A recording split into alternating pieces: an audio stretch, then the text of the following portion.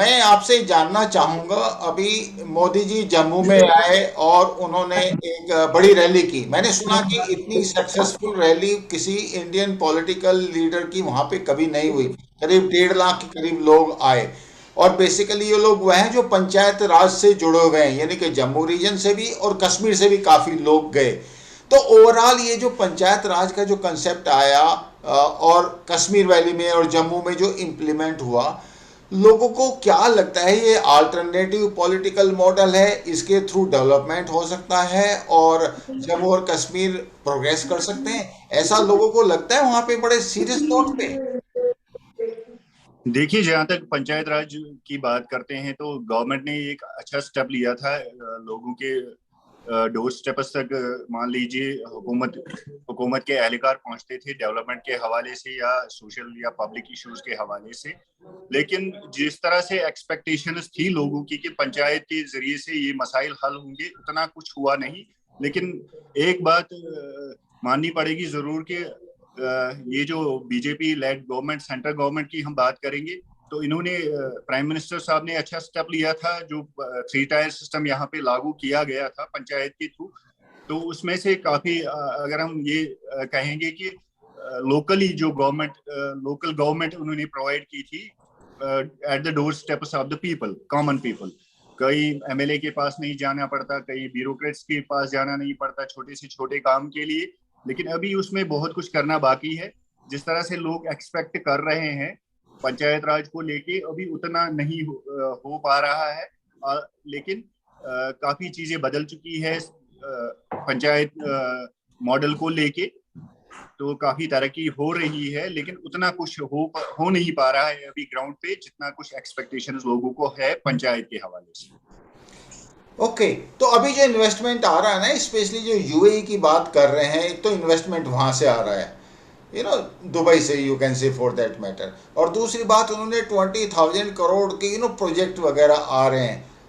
पहले के कंपेरिजन में ऐसा नहीं कि प्रोजेक्ट कश्मीर में या जम्मू में पहले नहीं आए, पहले भी बहुत प्रोजेक्ट आए और डिलीवरी उतनी नहीं हो पाई। लेकिन अभी क्या पहले के कंपैरिजन में लोगों को ये एक्सपेक्टेशन है कि बेटर डिलीवरी होगी और एम्प्लॉयमेंट जनरेट होगा, कुछ सिचुएशन इंप्रूव होगी? ऐसा लोगों को लगता है क्या अभी? जी देखिए, जहाँ तक ये इन्वेस्टमेंट्स की बात करें, ये ऑलमोस्ट 1990 से पहली बार हुआ है कि फॉरेन कंट्रीज के इन्वेस्टर्स यहाँ इन्वेस्ट करने के लिए आए हैं।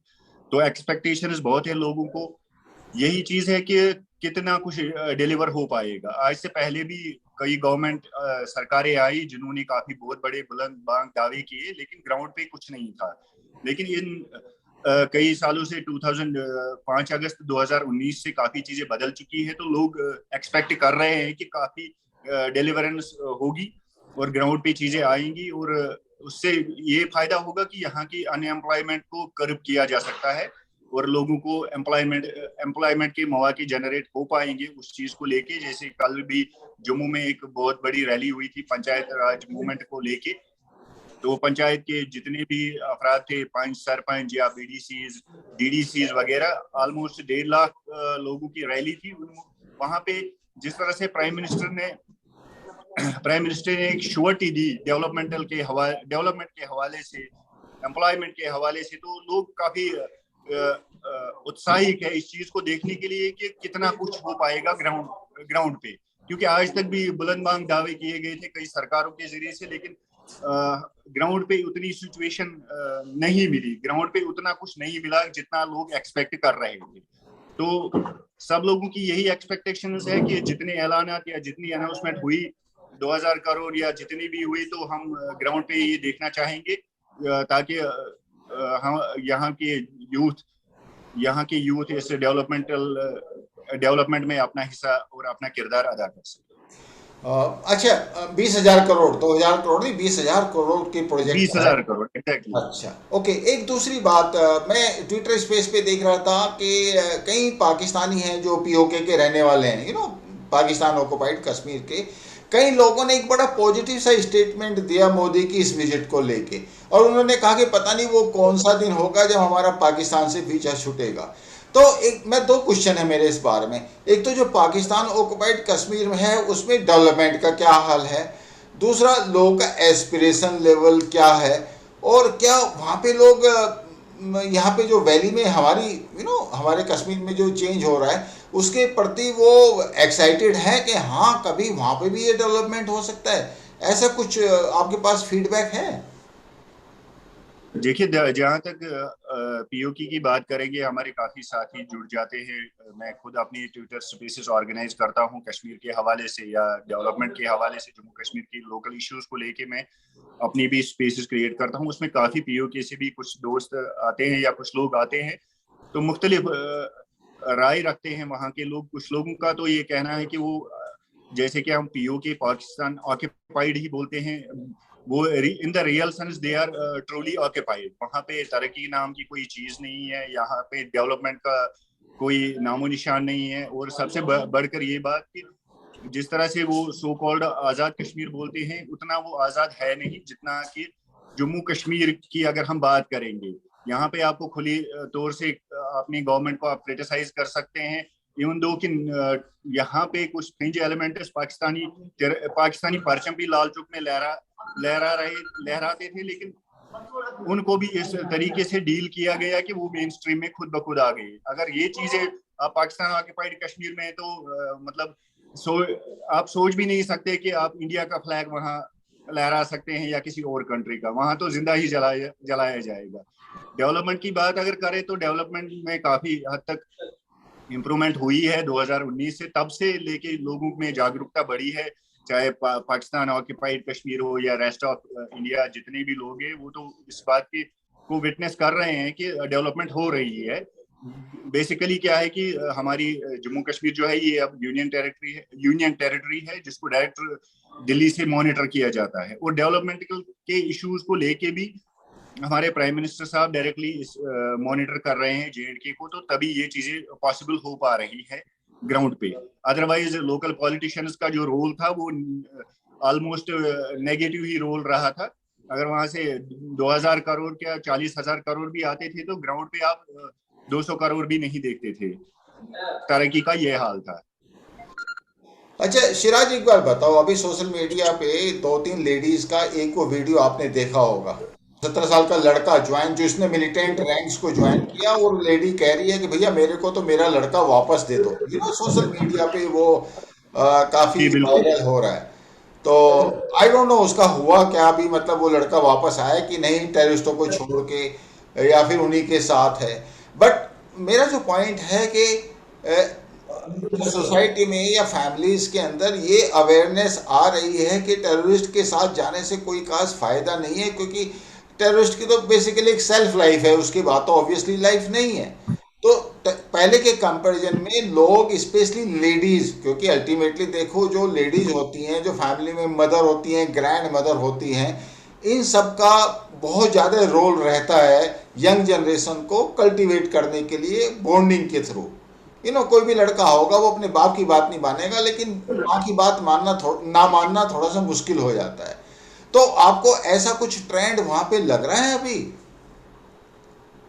देखिए, जहां तक मिलिटेंसी की बात की जाए, कोई माँ बाप ये नहीं चाहेगा कि उसका बेटा पढ़ लिख के या उसको पढ़ा के मेहनत मजदूरी से खून पसीने की कमाई उस पर सरफ करके 23 साल की उम्र को पहुंचे या 17, 18, 20 साल की उम्र को पहुंचे तो वो बंदूक उठाए और एक गोली से उसका कैरियर या उस वालिदैन की ये दुनिया तबाह की जाए। ये तो कोई माँ बाप नहीं चाहेगा। लेकिन बदकिस्मती की बात यह है कि हमारे छोटे जो नौजवान हैं, 16 साल 15 साल, ऑलमोस्ट जो प्रेजेंट सिनेरियो है जेएंडके का, जिसमें अगर आप मिलिटेंसी को लेके बात करेंगे तो यहाँ के जो लोकल मिलिटेंटिस्ट हैं वो 16 से 25 साल की उम्र तक है आज की डेट में। तो उनको उनको ऐसे रिलीजियसली या उनको मतलब पॉलिटिकली ऐसे एक्सप्लॉइट किया जाता है कि वो समझते हैं कि शायद यही एक रास्ता है कि बंदूक हाथ में लेके किसी को भी मार देना या खुद को हलाकत में डाल देना। शायद इसी से जम्मू कश्मीर आगे बढ़ेगा या जम्मू कश्मीर का के जितने भी मसाइल हैं तरक्की के हवाले से, अनएम्प्लॉयमेंट के हवाले से या फ्रीडम ऑफ स्पीच के हवाले से, शायद वो इस चीज को आगे ले जा सकते हैं। लेकिन वो ये नहीं जानते हैं कि वो उनको अक्रॉस द बॉर्डर ऐसे एक्सप्लॉइट किया जाता है कि वो अपनी ही जिंदगी नहीं बल्कि अपने माँ बाप की दुनिया भी तबाह करके चले जाते हैं। जैसा कि कल भी एक श्रीनगर की एक लेडी जिसका वीडियो वायरल हुआ था, बेसिकली उसका बेटा पुलवामा एनकाउंटर में कल मारा गया, जिसकी 22 साल की उम्र थी। 22 साल की उम्र और 10 शायद 15 या 20 दिन पहले वो मिलिटेंट रैंक्स ज्वाइन कर चुका था। पूरा याद नहीं है, ऑलमोस्ट ये 10-20 दिन हुए होंगे। तो कल पुलवामा एनकाउंटर में वो मारा गया। तो आप ये हकीकत देख सकते हैं जो प्रेजेंट सिचुएशन है यहाँ की कि यहाँ के वालिदैन किस तरह से अपने बच्चों को मरता हुआ देख रहे हैं, अपने बच्चों को मतलब तबाह होते हुए देख रहे हैं, अपने फ्यूचर को तबाह होते हुए देख रहे हैं। इस बात का संजीदा नोटिस लेना चाहिए गवर्नमेंट ऑफ इंडिया को कि यहाँ के नौजवानों को कैसे मेन स्ट्रीम किया जाए और मेन स्ट्रीम में कैसे उनको लाया जाए। एक ऐसी पॉलिसी फ्रेम आउट करनी चाहिए गवर्नमेंट ऑफ इंडिया को ताकि लोग खुद ब खुद मेन स्ट्रीम में आए, ना कि बंदूक उठाए।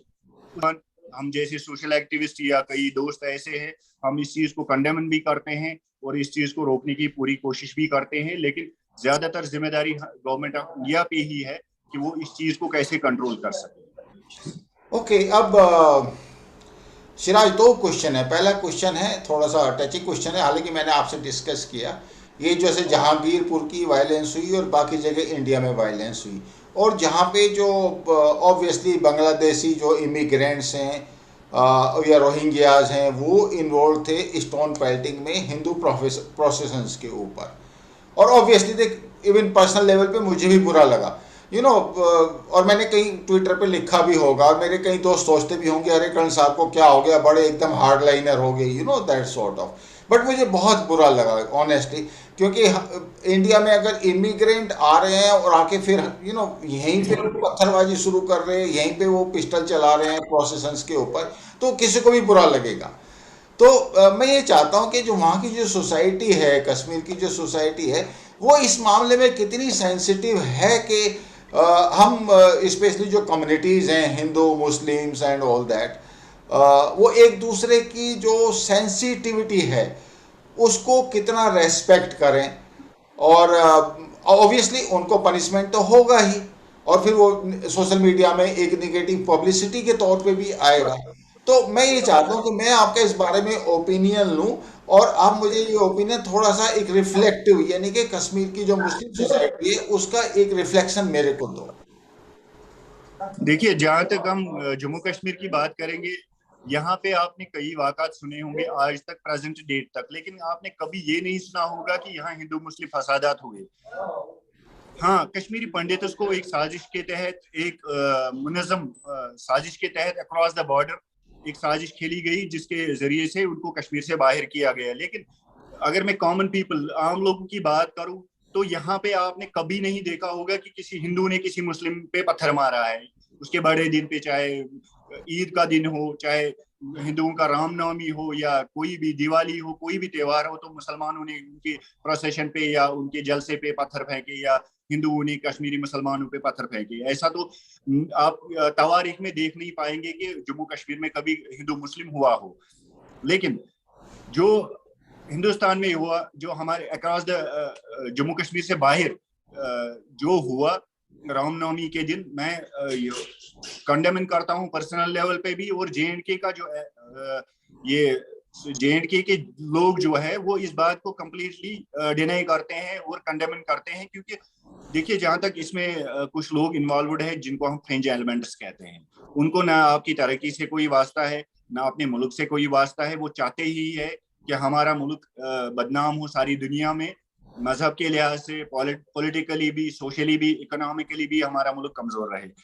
वो मेन चीजों से ध्यान हटाना चाहते हैं और रिलीजियसली उनको एक्सप्लॉइट किया जाता है कि नहीं जी ये हिंदू राष्ट्र है, नहीं जी ये खिलाफत का ढोंग रचा रहे हैं। तो ऐसे लोगों को कंप्लीटली सजा मिलनी चाहिए, और ऐसी सजा मिलनी चाहिए कि आने वाले वक्त में कोई ये ना सोच ले कि कोई हिंदू मुसलमान पे पत्थर फेंके और कोई मुसलमान हिंदुओं पे पत्थर फेंके, क्योंकि ये हमारा डेमोक्रेटिक हमारा जो मुल्क है, ये डेमोक्रेटिक कंट्री है। यहाँ पे हमारे कॉन्स्टिट्यूशन के हिसाब से हर बंदे को अपने तरीके से आज़ादी है, हर बंदा अपने रिलीजन को प्रोपोगेट कर सकता है, उस पे कोई दो राय नहीं है। लेकिन ये कुछ फ्रिंज एलिमेंट्स होते हैं जिनका ताल्लुक किसी भी मजहब से नहीं होता है। उनका मकसद सिर्फ होता है कि लोकली डिस्टर्बेंस फैलाना।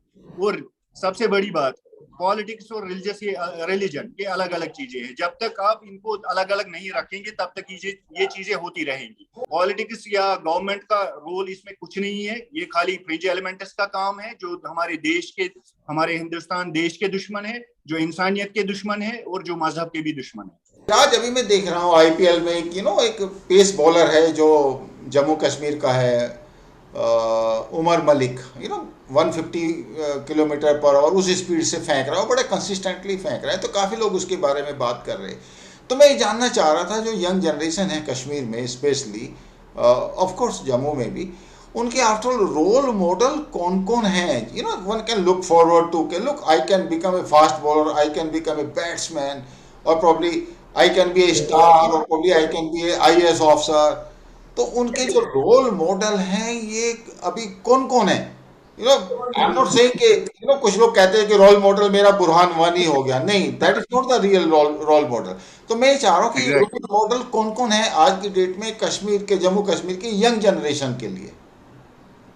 जहां तक रोल मॉडल्स की बात करें, यहाँ आपको हर डिस्ट्रिक्ट में क्या हर ब्लॉक लेवल पे एक ऐसा नौजवान मिलेगा जिसके इतनी काबिलियत हो कि वो IPL में खेल सकता है, जो हमारे मुल्क को रिप्रेजेंट कर सकता है क्रिकेट के हवाले से, फुटबॉल के हवाले से, या कई टैलेंट से बड़े हुए यहाँ के माइंड से लोग नौजवान हैं कि जैसे आपने इमरान मलिक की बात की, वो फास्ट बॉलर है। तो ऐसे कई रोल मॉडल्स हैं, लेकिन उनको आपने एक्सप्लोर करना है, उनके टैलेंट को निखारना है। उनके लिए एक प्लेटफॉर्म हमारे पास बदकिस्मती से आज तक नहीं आया कि हमारे नौजवान अपना टैलेंट दिखा सके। पिछले हफ्ते ही यहाँ पे टटू ग्राउंड श्रीनगर में एक पेंटिंग कंपटीशन ऑर्गेनाइज किया गया था इंडियन आर्मी के थ्रू। मैं भी उसमें इनवाइट किया गया था। तो जब मैं वहां पहुंचा, मेरी अकल दंग रह गई कि मैंने ऐसे नौजवान जो 12th में पढ़ते थे, मैट्रिक 8th में पढ़ते थे, यही 11 साल के, 15 साल के, 16 साल के बच्चे जो थे, उन्होंने उस पेंटिंग कंपटीशन में हिस्सा लिया, जो ऑल इंडिया लेवल का कंपटीशन उन्होंने ऑर्गेनाइज किया था। Through out rest of India, बाकी स्टेट से भी ये आर्टिस्ट आए हुए थे। तो मैं दंग रह गया कि उनके दिमाग में, उनके हाथों में कितना जादू है, या उनके पास इतना कैसा टैलेंट है।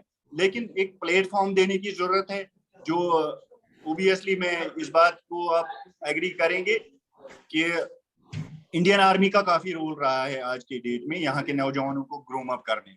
वो काफी मतलब हर घर में ये टैलेंट बच्चों को निकाल लाते हैं बाहर और उनको एक प्लेटफॉर्म फराहम करते हैं। लेकिन आपको पता ही है, इंडियन आर्मी का एक अपना डोमेन होता है, वो पब्लिकली ज्यादा ये चीज नहीं कर सकती है।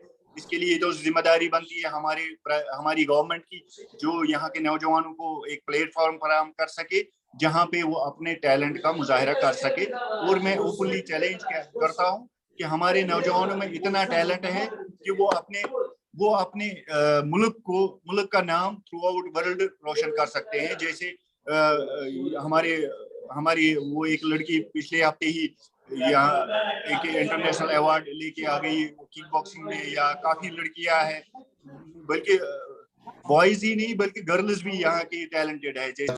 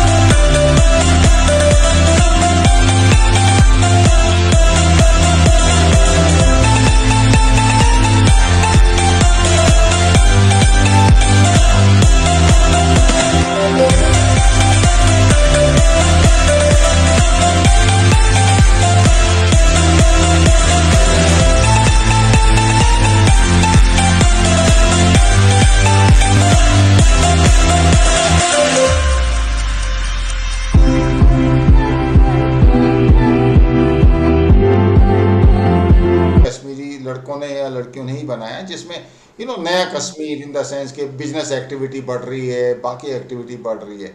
So Siraj, thank you so much. It has been a pleasure interacting with you, and as usual good wishes. जो भी काम आप कर रहे हैं, जो भी प्रोजेक्ट आप हैंडल कर रहे हैं, उसको आप सक्सेसफुली करें और एक नया कश्मीर हम लोग बनाएं. Thank you so much. Thank you so much. Thank you so much. Thank you. Kashmir, और ये है नए डेवलपमेंट्स कश्मीर वैली में और जम्मू में ऑफ कोर्स. एंड मोदी साहब की जो विजिट रही, जो ये रैली रही जम्मू में, ये मेरे ख्याल से एक लैंडमार्क है. I hope you like the video. I hope to see you in next video. मेरा आपसे अनुरोध रहेगा कि please like, share and subscribe. Thank you.